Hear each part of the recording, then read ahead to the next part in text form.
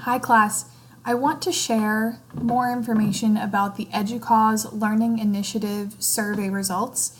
These are the hottest topics in teaching and learning in higher education in 2019. So this is a very exciting infographic to me because it shows some of the topics that are emerging in the field, and it adds to some of our discussions with the textbooks that we have because these are some new topics, as I mentioned. Some of these topics might be of interest to you for the literature review, and if you go to the EDUCAUSE website, you can find additional sources for each of these topics. So this was a survey of more than 1,400 community members, they're calling them. This would include everyone from presidents and provosts to individual teachers in the field, faculty members at institutions, and potentially also some kind of adjacent groups like instructional designers and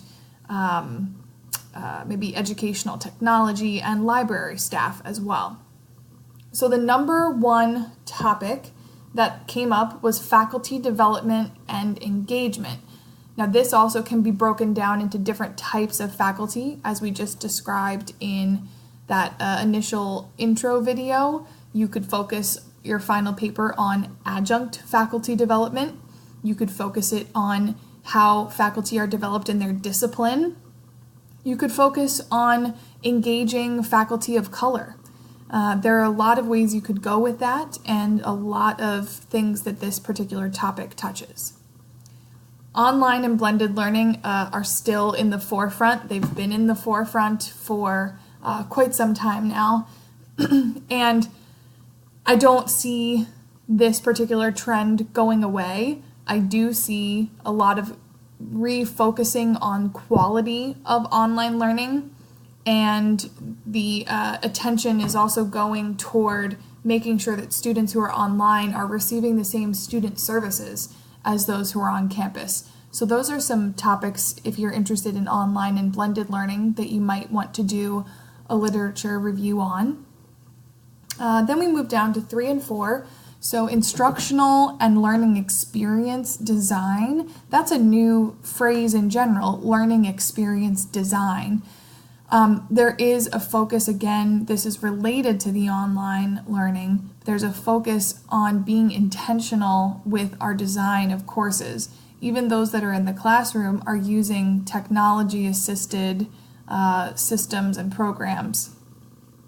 So the idea that we have instructional designers and educational technologists working in tandem with our teachers is really in the forefront.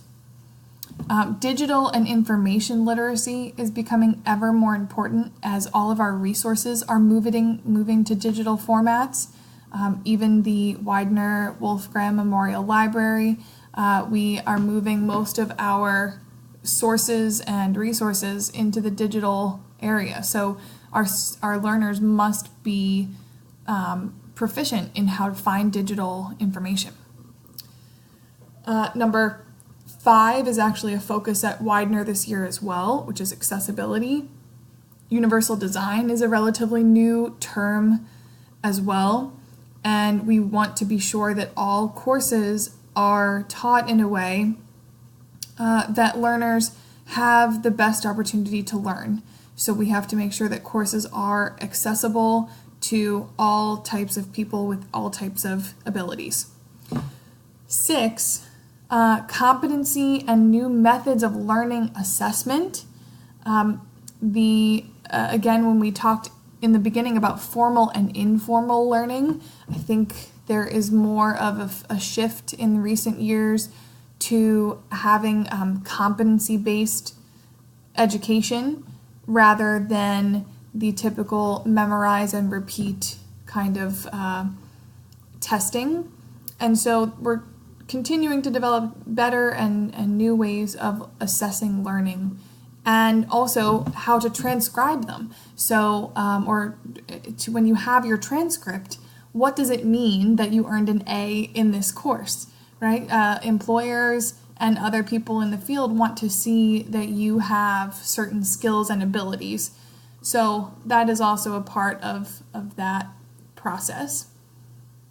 Learning analytics also are related to transcription, etc. How do we know what students are learning in the courses?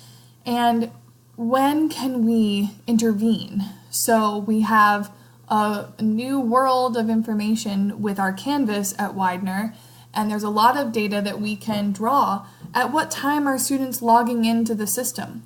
What's the best time for them to learn?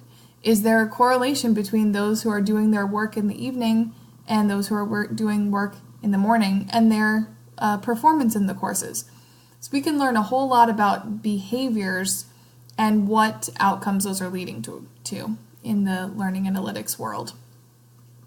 Open education is related to that digital literacy a little bit, but having open education resources, this goes beyond the MOOCs, the massive online open courses, and really extends into the library and research world as well. So designing websites that have open resources for learners, making things more accessible in that way.